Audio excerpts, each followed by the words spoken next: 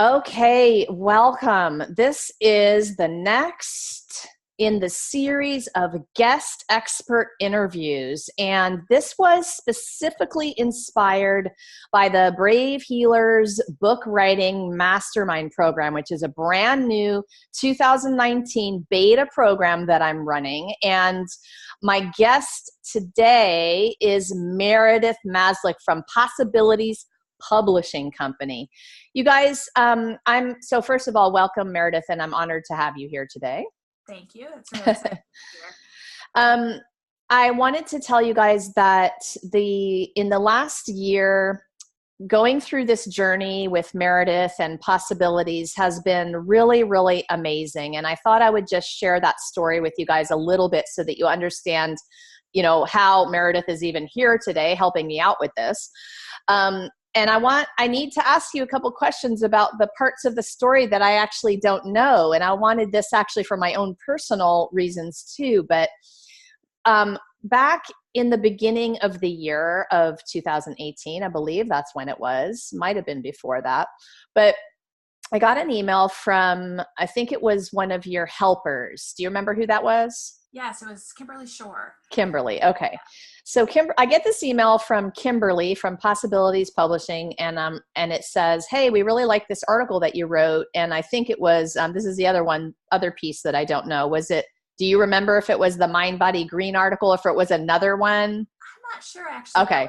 The blog was all sort of Kimberly's thing, and she just went after people that she thought would be good fits for it. Got it. I might have to ask her that one day, Yeah. just for the purposes of like knowing what platform that was on for my gals to understand. But you guys, obviously they were out looking and reading and liking different things and liking different topics. And I get this email that says, we love this work that you're doing with this sort of healing and writing thing.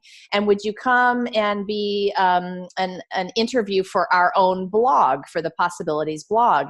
And so that day I was like, well, okay. I was excited that they read this other blog that I had written. It might've been the Mind Body Green one, but so of course I said yes. And I don't know how much of this story you've actually heard, Meredith. You might have heard me talk about it on another podcast or something. But that day I thought to myself, okay, if someone's reaching out to me and they really liked what they read and they liked the work I was doing in the world, well, and it's a publishing company.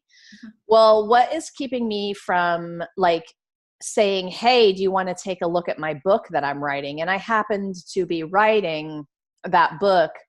I was in a very beginning process. And I think if you remember, I even told you in our email exchange that I was going off to this big writing retreat. And I knew that I'd be sort of rewriting my book after I got back, because I just knew that it was going to be this transformational experience, which it was. That's a whole nother story. And so you're like, okay, well, when you get back, yeah, we would surely take a look at it and, let me know. So it was one of those things where I was in my head, I was like, whoa, is she for real? Like, does she really mean it? Like, is she really gonna, when on the other side of this journey, when I do that email and I say, hey, remember me, but you were serious and you said yes, and you read the book and you liked what you read. And this past June, Brave Healing, A Guide for Your Journey, was released by Possibilities. And for me, it was a step in the direction of this big writing journey that I had taken, from self-publishing through Balboa Press for my memoir, and then doing some create space stuff with my poetry journals, to having somebody take an interest in my words was really like a big, important, awesome step for me. So I think what I wanted to open with for the ladies is what, if anything, should they be doing blog wise, or maybe you have some other ideas, and talk a little bit about your own journey with the publishing company, and then like how you found your authors and all that good stuff. Sure. Okay. Well, first of all, I do run Possibilities Publishing Company, and then I also in the last year started a self-publishing company called Eaton Press, which really is just a way for us to work with even more authors who want different things, you know, who don't want the full scale hand holding that Possibilities does. So throughout this, I'll answer questions from either one hat or the other, either self-publishing, which is much more sort of transactional, or Possibilities. Do you consider Possibilities to be in the hybrid category? I consider it simply to be an indie press. Okay. So I think there's confusion. There's you all know, kinds of yeah. confusion. I mean, any kind of new market or evolving market, there's always term confusion. So I often get lumped in with self-publishers, and in a lot of ways, I don't mind that. I don't see self-publishing as a dirty word, which a lot of people do. I definitely use a lot of the same tools and platforms that self-publishers do, which is really the only reason that a small indie press can even exist at this point in time. But what makes us different than a straight up self-publishing company like Eaton Press, for example, is that we don't charge you to publish your books. We don't publish anything that comes across our desk. It's all very carefully read and evaluated. And we could talk a little bit about the process you went through. Is a little bit of a long process for us to actually finish reviewing your manuscript, because we're a small company and everything takes forever because there's a ton of hours in the day. So those are kind of the key things. Everything is essentially juried. It's evaluated, which, you know, is the difference of the primary difference with a self-publishing company is that they'll publish anything that you bring to them for a fee. And both have their place in the world. I've run both kinds of companies. So like, they both have their place. They both are the right fit for different authors and all of that. But yeah, there's all kinds of, we can get into all the nitty gritty of publishing and what makes, you know, people call us self-publishers or whatever. But for myself, I just consider us to be an indie press, a small indie press, working with indie authors. So our journey with you was not atypical, I would say, but that except for the way in which we connected, which is that we were doing this blog looking for our Ask the Expert column, which we were doing really just to add value to the blog. We weren't even specifically using it as like an author recruitment tool. We were just saying, you know, all kinds of amazing people out there in the world talking about things that are very specific, very niche, and we want, you know, so let's talk to these experts who will help our authors and other authors on the blog. So, and I attribute so much of that to Kimberly. She was so great at like doing the research and finding the different niches. And I don't know that I would have off the top of my head occurred to me to come at it from the angle that you were coming from. But as soon as she brought it to me, I was like, yes, obviously, like, yes, this is great. So what we were looking for, really part of it, going back to your question of what should authors be blogging about or be putting out there, some of it is just a matter of volume. Just be out there. Yes. Just be on platforms. Have your name out there. Be places. Yes. Are you listening, ladies? Like, I'm so glad that you said that, because, and it does take some time and effort to do that and be that out there. Yes. I'm so glad you said that, because sometimes it really doesn't matter where, so long as it's regular, consistent, and you're just out there. Thank you. Exactly. And also sometimes, you know, for other authors posting in Facebook groups they have to do with whatever, whether it's writing or publishing or the actual topic that you are the expert in, is part of it. I get easily overwhelmed by those groups and all of the comments, so I don't tend to get to find people that often through there, but I know other people do for sure. For me, it's more, finding these blogs, finding referrals from other people, that kind of thing. But being out there, and also just having more than one thing. You could have one blog that's amazing and it goes viral and it's everywhere and I find it, but then if I can't find anything else, then it's, you know, I might still be interested in talking to you, but it's nice to find a couple other things, because then I can say, oh, okay, yeah, the writing is consistent, or, you know, the point of view is consistent, so that's good. But also, if I were evaluating, or anytime I am evaluating a potential manuscript, a potential author to take on board, I am looking for a footprint in the world, in the universe, because that's going to be so much, not just easier, not like I don't want to do the hard work, but like kind of essential. at marketing the book. So I have done it where I've taken unknown authors who have zero internet presence, who have no social media presence, who have no blogs, who write brilliant works, like brilliant novels that are life changing. But man, getting those books into the world, getting people to buy, it's just like impossible if they don't already. So I'm going to pause you because this was one of the listed questions and you knew it would be. I did. So, so let me look at the wording of it. And it basically is, and I have a feeling I already know how you're going to say it, but will a publisher take you on if you don't have a big following? And I suppose they do that, but Meredith is explaining to you guys how from her standpoint, it becomes so much more difficult if you don't at least have something started. Now, I didn't have a huge platform. I mean, you were taking me on as a small to medium person, but at least I had done the work of being out there. Exactly. So maybe you could comment. Yeah. Yeah. And you understood, like when we met and we talked and you were like, I have a network, I understand, like I know all these people in this world of healing and mind body stuff. And I get it. Like, here's what I'm going to do. I'm going to do all these things because really at its core, and I've only just been able to articulate it this year after 7 years of being in publishing. I found a way to like explain it, but it's about the hustle. And that sounds like a hashtag and it sounds good, but it's so true. It's about the willingness to hustle. It's the willingness to put yourself out there, to do things that make you a little bit uncomfortable, to do things that are outside your comfort zone, but get you out there. I have a podcast called Right On podcast, and in our first episode we talked about how many books exist in the world, and I forget the exact number off the top of my head, but it was something in the scope of 2,000 books an hour are published. Oh my God. Right, and that includes everything. That includes crap that people just self-publish, and it includes fiction, not fiction, but somewhere around 2,000 books an hour exist in the universe, enter into the universe, right? On top of all the other books that already exist in the universe. That's a lot of noise. Yes. That's a lot of clutter, even for traditional publishers, even for publishers that have giant marketing budgets, that have tons of resources, who can call the Today Show and get you on.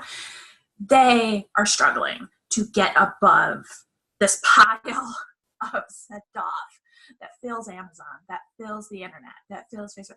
So to get anywhere, you have to be willing to hustle, to work, to post, to write blogs, to do interviews, to do podcasts, that only has listeners, 20 listeners, but you've got 20 listeners, you've just now met 20 new people.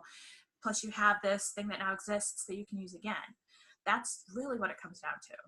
So let's get specific for the gals and just say that if you were looking at my platform, and would you look at numbers in any way? I just want to answer that question for them. Like, let's say they have 100 people on their email list and they have a social media page with this or that. Tell me a little bit. I don't want to like freak people out, but I also want to let them know that you got to have a little bit of something. This is the reality, right? Like it is going to freak people out. And I can't keep pretending that this isn't the reality. Right. I'm not doing anyone any favors. But right. Yes, so I do. I look at, and in fact, on our manuscript submission form for just random, unsolicited manuscripts, we ask, what are your platforms? Tell us your names. We're going to go look. And so we look, we see not just how many followers they have, but what is their activity level. Are they posting every day? Are they posting 5 times a day? Are they posting once a month? And for the record, I want the people who are posting like every day, 5 times a day at that end. But also I want people who are engaging. You're not just reposting. You can post 5 times a day. That's just a repost of like juking videos. Like that's it's fine. It's better than nothing. But like I'm real. So I would take an author. So when I'm evaluating it, I would be more interested in an author who has a lower number of followers on whatever platform we're talking about, but has a connection, who posts substantive, interesting things that lets her connect with her followers, and those followers connect back to her, right? Versus someone who maybe has, 15,000 followers, but all of her stuff is very manufactured, or just isn't, it's just reposts of quotes and videos all day, and there's no back and forth engagement. So does that help? Original content, you guys, and on point to your mission of your book and your writing in general. Exactly. Yes. And engaged followers sometimes are hard to get. It's a know, like, and trust thing. And it takes a little bit of time to build up engagement with followers in general, but there's ways to do it. And so that's perfect. That And I helps. Give a specific example of two authors I'm working with, where I have one who she defines hustle. She has built her she really decided Instagram, she got it, it made sense to her, so she doubled down on Instagram. That's where she put 90% of her effort. She grew her following in 1 year from a couple hundred to 17,000. Real, like, they comment, they post, they love her. Her brand, she's a children's author, she's a mom. That's her brand. The coffee, mom, writing. That's cool. It. Everything is something about one of those three things, right? All original content, pictures of herself, pictures of this, pictures, not making fun of herself, but being real. Like, she has a bad day and she messed up. So she has sold almost 700, almost 800 books in a year. Nice. Which is impressive. On the other hand, I have another author, brilliant books, same quality, right? So even playing field. The books are both amazing. They're both well written and intense, all that kind of stuff. So this other author has won a lot of awards. The book has been submitted for a lot of things. She had a lot of traditional media coverage of the book when it came out. She had some really great reviews. She had a Kirkus review, it was amazing. She, all this kind of stuff. But her social media is very sort of typical. There's nothing super exciting. There's not a list about her. You don't see her face very much. Her posts look long. And she hasn't sold even 500 books. I think we're closer to 300. So if I could, I want to interject a thing, because I know a piece of this is the courage that you are showing up in the world with. Like, you guys, if you want to be a selling author, any kind of selling author, not best-selling author, if you want to sell books at all, they have to know who you are. And the gals have been following what I've been doing social media-wise for a while, and so they know, and they have lots of ideas, and I'm about to give them a ton of these kinds of ideas. But you said a couple things I wanted to slow down on. One is that your Instagram gal picked her zone of genius and stayed with Instagram. That's totally cool, you guys. You don't have to be everywhere, because it just drains you. You can't be everywhere. But if you pick a place where the followers are engaged, that's it. That is cool. My place happens to be Facebook. That's where my ideal readers hang out, and my healing groups and all. I mean, I'm on Instagram, I'm on Twitter, I'm on LinkedIn. Oh my God, it's so exhausting, right? But I give my energy to the one. And so I think you're giving a good example of that. And the other thing is that, it takes some courage to be out there authentically and let the public know who you are and what you're about, and get to know you. I mean, that takes a lot of courage. And so, I mean, Meredith, that one of my missions in the world is to help other healers and authors with that kind of courage, because I think that is what sells books. Yes. They're buying you behind the book. Yes. And exactly. So thank you for that. He also, even if you're trying to get traditionally published, even if you want, Random House or Penguin to pick you up, for them they are going to be even more merciless at looking at what audience you already have. I'm willing to sort of weigh this against that, an engagement versus numbers versus whatever. But if you really want to try to get in there with because they do invest tons of money into every book, and to go with an unknown author is almost definitely going to be a giant money sink to make it work. Well, if the gals are hoping for a big traditional publisher, I've heard in the past that 10,000 on the email list alone is a number. Are you agreeing and nodding in agreement? Okay. Yeah, I've heard a lot of different things, and that, but that's the general range of it. Yeah, I mean, it's big. You And have that's to. not even social, you guys. That's just email. And so for the gals who are procrastinating on their email list, stop procrastinating. You have to do it, and you have to be constantly building your list in creative ways, right? Mm-hmm. Yeah, Yeah. exactly.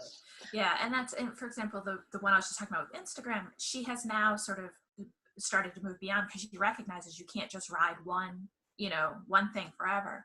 So she's got this really solid Instagram thing. So now she's working on blogging, and she's building her email list, and she's Cool. really looking at these other ways to go, because that's the other piece of it. You can't ever stay still. You don't ever hit the point. And this is going to upset a lot of people, and it's going to be really hard to hear, but you don't ever get to the point where you just get to be like, okay, now I just coast. Now it's just going to work. It's forever. It's a job, Yeah. That's it. Yep, that's the reality. And it's I'll spin it positively. It can also be a really fun ride. Absolutely. So like it is like that. And if you're passionate about it, it can be super fun, and you can stay sort of creative and dynamic about your email list building and crazy ideas to get people engaged. And so for this program that I'm doing, that'll be a lot of what I'm trying to help the ladies with, is like how to just keep having fun with it, because there's a lot of absolutely stress. Yes, absolutely. And we could talk, another time, or all kinds of creative ways to make it, especially if you're an introvert. Most writers are. I am. I get it. There are things you could do that don't involve just throwing yourself, open onto the world. So.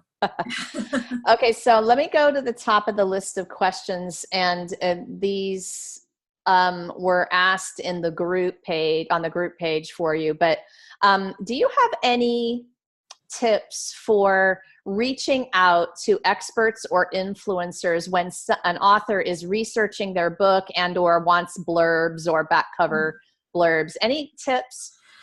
In terms of if you're trying to research for your book, I don't have a lot of tips on that. I mean, it depends on what your area of expertise. The one thing, though, I will say, both for getting blurbs or just getting input on the book, is give yourself a lot of time. Whoever you're asking, chances are expert in their field or famous in some way, or has some value. So they're busy. They're super, super busy. And if you give too tight a timeline, they will almost always say no, unless you have some kind of connection or some blackmail material or whatever. I don't know. But you want to give yourself a lot of time. And then it can become a tricky thing, because you need to have enough of your book done so they know what they're talking about or what you're doing. But at the same time, you need to be able to give them, I would give at least 3 months, and then reminders in that period. But if you can do longer than that, that's better. And also have a long list, because you're going to get a lot of no's. And so don't have just like 3 people and your whole, thing rests on these 3. A lot of times I'll go through with my authors, and we do sort of a list, and we do, in a perfect world, it would be these 2, but these 3 would also be amazing. I could also settle for these guys. These wouldn't suck, and you kind of go like nice. that. And this is, I want you gals to pay attention to these things that you think you're going to have to think about later, but we are doing you a favor by getting you to think of these things now, even before, if you've even not written a word of your book, you can actually make a list of influencers and experts like she's talking about in those sort of A, B, C categories, and make a nice long list, because they're going to get rejection, and it's like not a big deal. You just say next. Yep. But make it now. Don't wait. And you can even reach out to people. I think, you correct me if I'm wrong, even if you had a couple chapters written, you could start to reach out to people, because they may only be able to read a chapter. Yes. Yeah. Well, and this is also where it comes in handy to have a really solid summary of your book and a really solid description that you can, and then back it up with a couple of chapters, or as much as you have. You can send them, let them read 1 chapter, all the chapters, leave it to them. Yeah. How much they want to read, but having a really solid summary of what the book is about and what you're asking them for specifically. Are you asking for a cover quote? Are you asking for something that goes inside the book? Because for them, that changes it too, of whether their name is going to be on the cover, which everybody will see whether they read the book or not, Right. or if they're inside the book. If it's going to be sort of free exposure for them, kind of a win-win.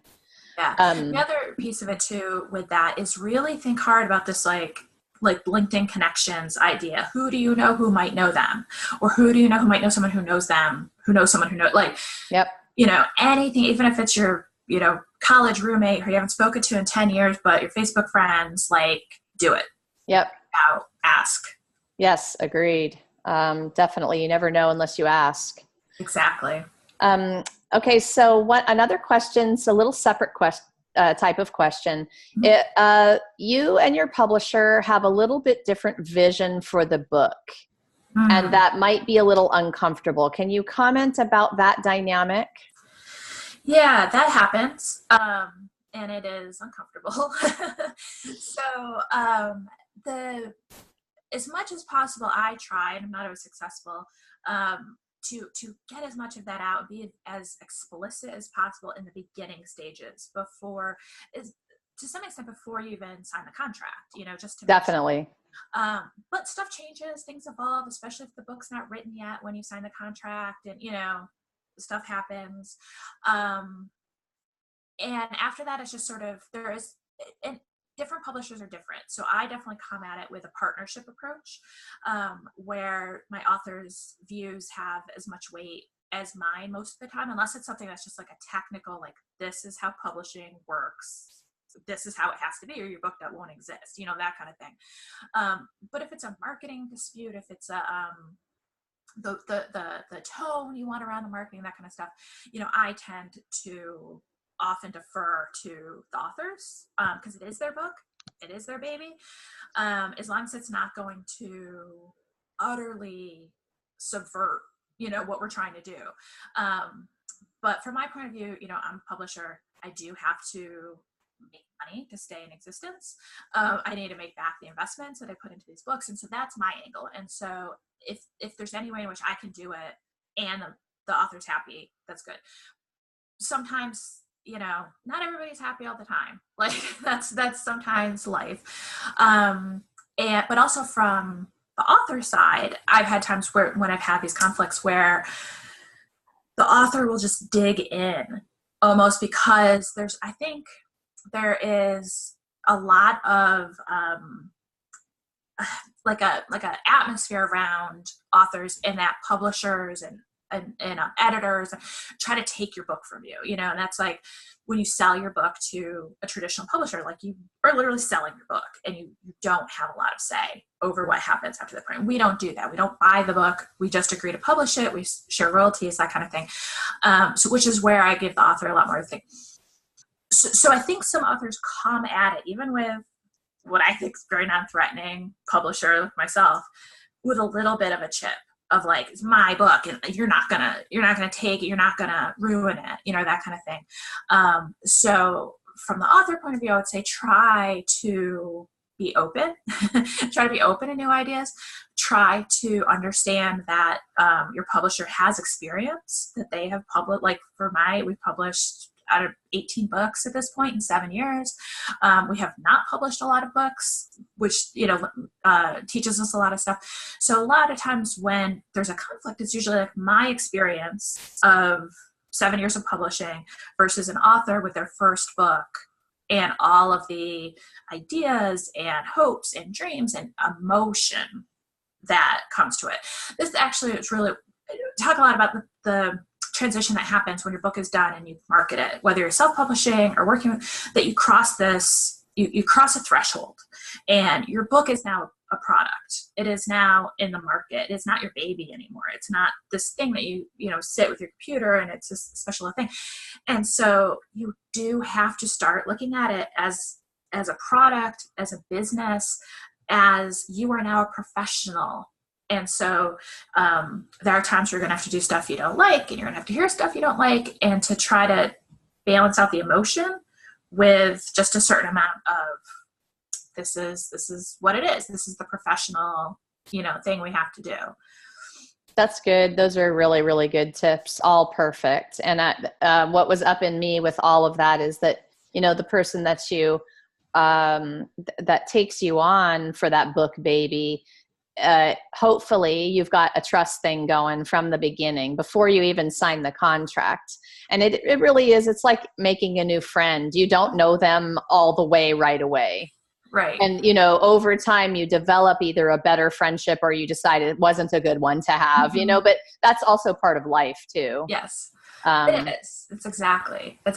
And sort of the times where it's been really confrontational, really, really uncomfortable is been when the author has not been willing to yield anything to my experience. Yeah. And that's sort of like,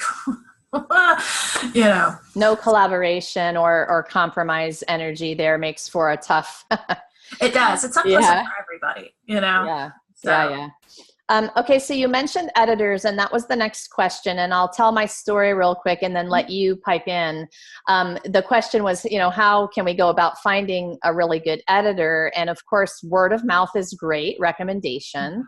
I got into a writing group on Facebook where I developed a relationship with the person who is running that group and who's actually going to be one of our guest experts, Miss Honoree Corder.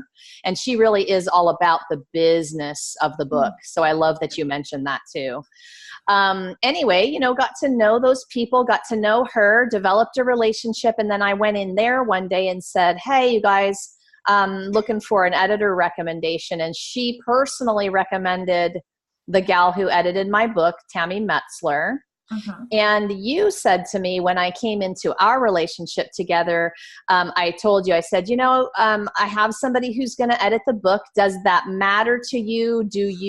Are you going to tell me that I have to take one of your recommendations and you were, of course, very flexible.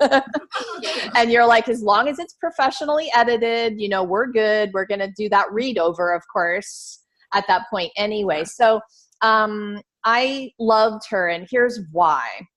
It's the thing you said earlier. She didn't want to or need to change my book. She was there completely jiving with my vibe and my message to make my book better. And it wasn't, and she arranged and helped me see the big picture. And of course, proofread it for all the million bazillion mistakes that are there, even though you've already proofread it 50 times. Like, oh my God, don't get me started on that story. But if you find somebody you jive with right away and that they're there to make this beautiful thing with you. And so that was my experience. I got very lucky to find someone she emailed me the first day and she's like, wow, I'm loving your book. I really feel like you're talking to me. And I knew that day, I'm like, okay, I picked the right editor. But it was a little bit of a crapshoot at first. So tell the ladies how they might pick a good editor. So the first thing is, again, having a professional editor, which means paying. 90% of the time means paying. All the time, 100%. You guys need to pay an editor unless your BFF is a really good editor. Exactly. That's fine. But that's the 10% is the ones who actually know and are willing to do it. But even a lot of times, editing is a time-consuming, very intense, labor-intensive job. So even if your BFF is an editor, chances are, unless they're like, you gave them a they're probably not doing it for free, maybe reduced price. But anyway, so it is really important. And that is the one thing that everyone tries to shortcut. Everybody wants to get out of paying that bill and investing that money. And that is always a mistake. Always. I cannot emphasize that enough. Never do that. Oh, you always have to have a professional editor. So prices vary, style varies, process varies, all that. So that is the next thing. So the first thing I would say is word of mouth, absolutely, but also, making sure that you're talking to people who write similar books to you. So definitely. Someone who edits science fiction probably wouldn't have been a good editor for you. You know what I mean? And would you agree they should actually turn you down if that's your kind of book? If they're a good editor, they're going to say, no, this isn't really in the one that I want to read. I'm not your good person, but you might try so-and-so. Yes, absolutely. Yeah. That is a good sign. if they're sort of saying, I don't, Yeah. you can also take books that are very similar to yours and look oftentimes in the acknowledgments or in the credits, they'll say who edited the book. Mm-hmm. If you have no other, if you can't find anyone through word of mouth or whatever, that's a place to start. You find the name, you Google, go that way. A lot of times universities, writers centers sometimes will have people who work and it's okay to take someone who is a part-time editor, who isn't making their full living or maybe have a day job and they do the editing, as long as they are a professional editor, they have some training, background, experience. And this isn't just about typos, that's a big part. Right. It's also about making sure your book holds together, that it makes sense. And nonfiction. Is that the developmental edit you're talking about? It is. Okay. Yeah. So that is more a thing with fiction because we have, complicated plots and character development, and it's not a retelling of fact or science of which a nonfiction book. So, I mean, your book definitely still benefits, but it's not as intricate because yours was a series, of not a series of stories, and it was woven in with these other elements. Yeah, different kind of book. Yeah. Yeah. So a different process than someone who's writing a historical fiction novel. Right. Which and so both, everyone still needs an editor, but it's a different process. But so you need to make sure that you have someone who knows how to edit if you're writing this complicated or any kind of novel, but you need someone who knows how to do that kind of editing. So a technical editor who's someone who's just really about, this sentence is grammatically correct, or this makes sense, and they fact check, that kind of thing, is not going to be the right editor to do the first pass at your book. If it's a novel, you need someone who understands story structure and character development, all that kind of stuff. So all those things, but you can ask to talk to other people they've worked with and get recommendations. You can ask to see samples. You can give them one chapter, ask them to edit that chapter as a test. You might have to pay for it, but versus. That's great though. I love that advice. Have them do a small job for you so that you can work with them a little bit and then decide. Yeah. Yeah, because you also want to make sure you get along with them. They may be, you may be writing historical fiction and all they edit is historical fiction, and so they're gonna get it, but their sensibilities doesn't match your sensibility, and right. You're gonna spend a lot of time with your editor. You want to like them. You want to get along with them. So definitely, those are all perfect tips. Anything else about that? That's pretty good. Much it. It's just that it does take a long time, especially the first time. And I mean, we can there's all sorts of ways to sort of make it as efficient as possible and cost effective as possible, and that's sort of a different conversation. But the bottom line is being, do not skip this step and make sure you have the right editor. And just so you guys know, on the first couple books, especially my very first book, not the one that Meredith helped me with, but I had 3 of my friends proofread it first. And then it was a little bit cleaner version going into the editor. And so you can do that. Absolutely. You're reading it like a million times. Your eyes are blurring over by the time you're on your 10th read. And so you need help. Yes. And they'll always pick up mistakes, and they may even have developmental suggestions for you, like, hey, you didn't tell us about this right here. So anyway, you can have some friends who are willing to do that, but then you still need to hire the professional at that point. Exactly. And that's, I think, the part of the point you're saying. Exactly. And that is one of the ways you can make it more efficient, both in terms of time and money. If you have a writer's group, bring it to the writer's group. They will pick out gaping holes. Yes. I don't understand. The whole thing just starts a new dimension here. Like, what happened? Exactly. That stuff. And so I 100% recommend that kind of thing for sure before going to the paid editor. Okay. So can you comment briefly about, and I'm sure it's a yes because there's scams everywhere, but are there publishing scams out there we need to be careful of? How do we know? I know. That's the hard part. Yeah. There are scams. They're like full-blown Prince Nigeria type scams, but there are also just like less ethical, less trustworthy companies, so that I don't call a scam, but I don't love. And I'm not going to name names, and I don't have a name off the top of my head. Well, and because it's a business and they're not really in it for the individual so much as my guess. Right. Yeah. Okay. So, and on the scale of just sort of like, not a fan of their business practices, but wouldn't call them a scam, watch for things where they require a lot of, where there's a lot of fees, where they require like ordering a certain number of books, or where there's not a lot of human interaction. And there are companies that are all internet based that are great, that are well established and that are good. But I don't love this like being locked in on a certain number of books, or a ton of upfront fees that's just to produce the book kind of thing. So well, and nowadays you guys know enough people now in this world to ask questions. Mm-hmm. And so see where your friends have gone to, what companies they have used. People ask me all the time, how was Balboa?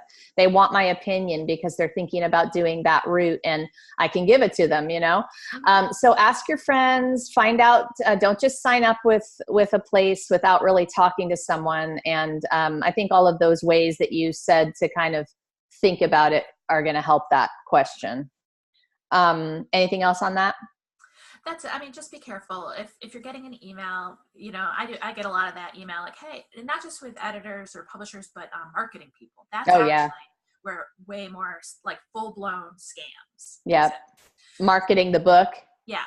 Yeah. Oh, we see your blah, blah, blah. And I haven't quite figured it out, but I think they tend to target books that have who haven't had activity in a minute on whatever platform or Amazon. I'm not exactly sure, but I've been getting ones that are coming after my early catalog. So books that have been out for 5, 6, 7 years. Yeah. Getting as much attention. So I'm getting these emails from these companies that are, oh, your book looks amazing. I just had one the other day where they're offering to put them in a booth at the Miami Book Festival.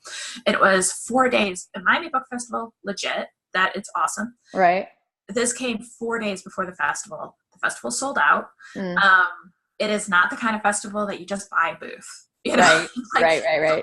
So many things on that. I was just like, no, none of this. No. And the company did seem to exist. It wasn't like, but no. So that's really more the thing. It's just like, do your homework, make sure. But if you're getting these like unsolicited emails from these companies and it's just an email, it's not like, be very, very wary. Yeah, I hear you. Okay, so where can the gals read more about what you're doing? Possibilitiespublishingcompany.com, right? Yep, that is the website. And also on our Eaton Press, which is eatonpress.com, we're launching a new blog on that site as well. That's going to be a lot more just nitty-gritty technical information, resources, tips for writers, both about writing, publishing, marketing, all that kind of stuff. Okay, eatonpress.com, EATON? Yep. Okay, Eaton Press, cool. I'm glad that I wouldn't have remembered that one. I forgot about that. And what was the, oh my gosh, what's the other thing that you had been up to that was the tiny something, or I'm totally blanking. I have so many things. I'm a serial entrepreneur. I can be anything. It wasn't was it a children's book thing, or it was like a Thumbkin Prints? There we go. Yes. So that's a subsidiary of Possibilities Publishing, and that's our children's imprint. Got it. Thumbkin Prints. Okay. Yes. I just wanted to mention that. And then I also wanted to give you a chance to talk about what the Sparent thing is. That is a whole other thing. I cannot, because why run 2 companies when you could run 3? So we started, it's a virtual temp agency that works with particularly stay-at-home parents who, because we realize this is a population that has amazing skill sets, not to mention the ability to multitask like nobody's business. And we wanted to provide them the opportunity to sort of stay fresh, stay in the workplace, earn a little money. And then on the other side, help businesses who need temporary virtual staffing comes up. But in particular, in January, we're launching a author pods as a service, which is authors have needs of marketing and merch, right? So you could spend your whole life just trying to find every blog, every podcast, every contest that you could get your book in or that you could be interviewed on. And then you find them and you have to, are they accepting? Are they legit? I don't know. So, and a lot of authors searching the same thing. So it would be expensive for one author to come to Spare It and hire a virtual assistant, do that work for them. But so we're going to put these pods together of 4 authors who have the same genre and the same market. So 4 sci-fi writers, 4 historical fiction writers, you know, that kind of thing, 4 romance writers. Got it. So you're doing nonfiction, right? We will do nonfiction. We'll do anything. Yeah, as long as there's at least 4 who are looking for the same markets. I see. Okay, so I'm gonna conjure up 4 of us at least for you for the nonfiction. I'm one Sparent, who does the research. Got it. Okay, that's brilliant. I have needed that for a while now, and have tried different avenues of getting help. But this sounds totally brilliant. Where are we going to find this? It's Sparent, Sparent.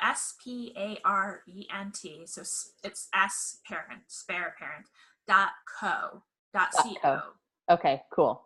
Okay, gals, I'll probably talk to Meredith more about that, but only because my own journey of late has included hiring this kind of help. And I didn't even know that author pod thing was something you were doing. So now I do. We didn't know either until a couple of weeks ago. That's brilliant. That's going to help my ladies out a lot, because part of the frustration is you need to be doing all this stuff in the background, but most of us have full-time jobs. Exactly. And so, yeah, we're being authors and we have these dreams and goals for doing the book business and being authors and being out there, but we have no more time in the day.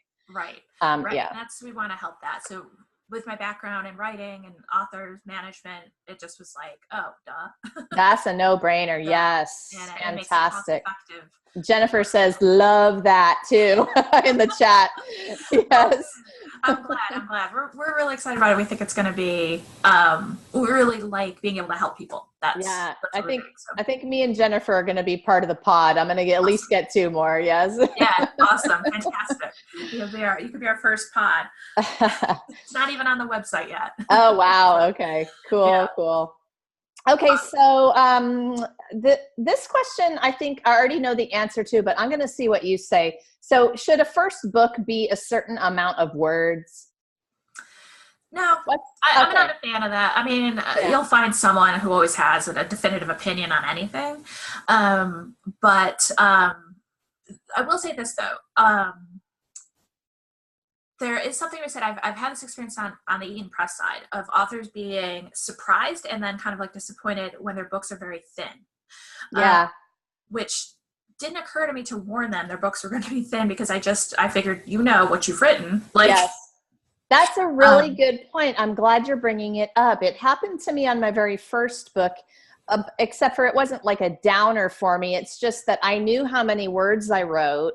I knew how many pages about that it would be. And I had already gone to the bookstore to look at 200-page books, and they aren't huge. Yeah.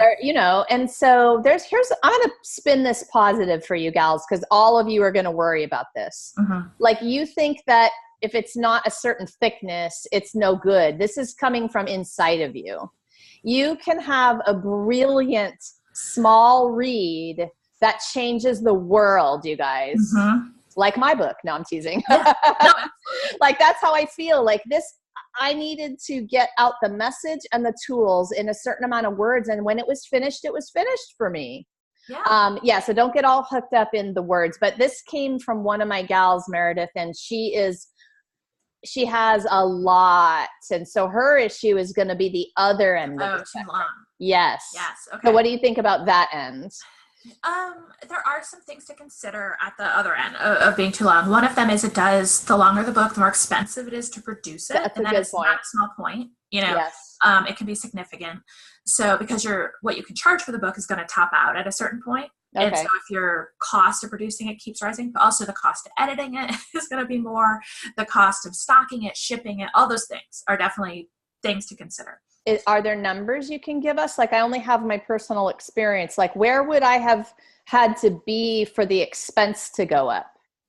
Where does Once it? it's in the trim of your book, which is 6 by 9, Yeah. once we get up, I think it's around the 400 pages, you start getting the tipping point. So if you're tipping over 300 pages, you know Yeah. it's going to be bigger, and then of course it's going to cost more to produce. This is actually fantastic information. And I'm actually going to write a blog for Eaton Press that breaks it down, like the specifics. I have to do the research and go back to our books and, okay, this many words translates to this many pages in this trim size. Therefore, Yes. And it costs roughly this much. So that information will be out there. But that is a consideration. But also, a lot of times really long books don't need to be that long. Or they could be 2 books or 3 books. Yes. Yeah. Doing multi-piece books like trilogies or just volume 1 to 3 is hugely beneficial from marketing, but also from the writing and the producing side. It does keep the cost down, but you have this built-in, you have this rolling audience that is like, they're going to read the first book and be ready for the second book. And then with the second book, you get new readers, you have your old readers, and then your new readers go back and read the first one. I mean, yeah, anytime you can have a multi-piece book, do it. Yeah, cool. That's we're going to have some backup in that department, you guys, when you hear on a recorder too, because this is what she believes as far as the book business piece goes. Everything that Meredith just said, she would be nodding her head to. So yeah, maybe. And so for my gal who had that question, who I know has a big story, I think the last thing I want to say to you all about that is that don't let all of this be in your mind as you write this first draft. Mm-hmm. Get it all out, let it be what it is, and then you can go back and your editor can actually help you understand if it needs to be 2 books or 3 books, or if it could be just, it needs to be the 1 book. And you have to trust these people on your team to guide you there, especially if it's your first time, Yes, absolutely. Yeah, so cool. Okay, so any last word? That was all the questions that we had for today. Any last words of encouragement or something you want to leave the ladies with? I mean, I think just, if this is your passion, if this is what you really want to do, if you have words you need to get out into the world, or you just want to live the life of a published author, do it. Don't let all these things get in the way, but at the same time, don't get so caught up in this mystique of writing as this completely, the inspiration hits you and it's also lovely and flowing and the words come out and it just exists as this just natural, and if it's meant to be, it'll be, because that will actually subvert you and it will rob the world of your words, because you do need to work at it, and you do need to see it as a little bit of a business, or a lot of a business, depending what you want out of it. So I would never discourage anyone away from writing or publishing, but it is a thing. It's as much a job as anything else you're going to do, and if you treat it that way, you'll be successful.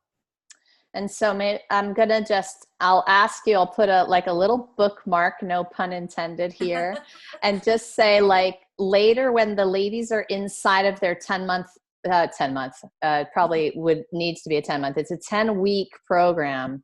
Somewhere after January, you want to come back and talk about the author pod thing? Absolutely. And all the reasons we need to hire you for our author stuff, and also maybe just a continuation about at that point they will have been writing and getting excited about all the stuff, and they may have a million more questions for you. Absolutely. I'm happy to answer, because something with all these years of experience and trials and heartaches and stress, I love to be able to just turn that into something useful for other people. So awesome. You are awesome, and I'm so happy that we met and that we've done these different collaborations. And are you guys doing the writers conference thing again in 2019? We are planning it. We are planning on it. We have not actually. That is on our agenda, because the person I create the conference with is the same person I built Sparent with. Got it. So we're busy, but we have it on we meet once a week. And so in January, we are nailing down the details for the conference. Okay, awesome. So for my local gals, hopefully this will go down again, the Possibilities Publishing Writers Conference. And I want to be a part of it, right? I do. Okay. All right. Give me that date as soon as you can. I will. It's probably going to be like May, June. Last year was April. I think it's going to be more May-ish this year. So. Okay, perfect. I wanted to put the bug in the local ladies' ears. Actually, several of the women in this program are local. So that's perfect. Fantastic. Yeah. Awesome. Yeah, I think we're going to do the same location, the same everything in that way. Great. And then except the inside a little bit. Great. Let's see.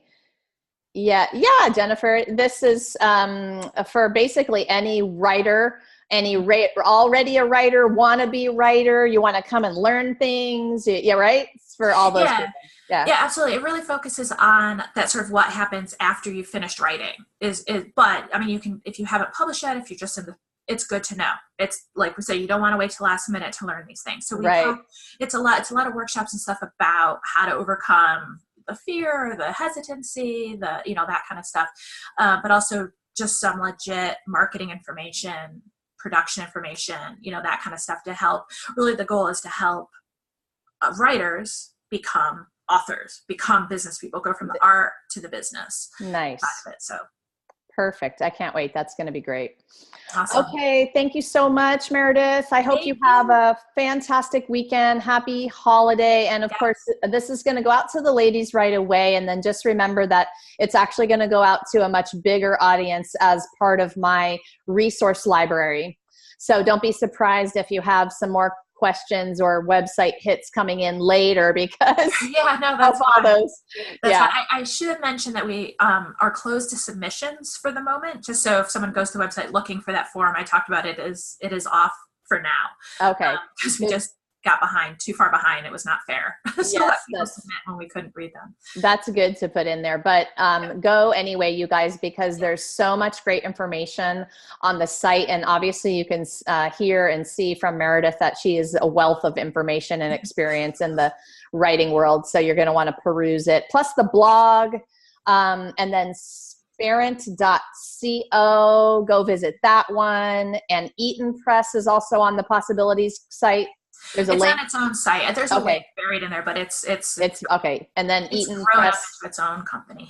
Okay, EatonPress.com as well, you guys, to look for all of that good stuff. Okay, thank you. Thank you. Bye. Have a good one. You too.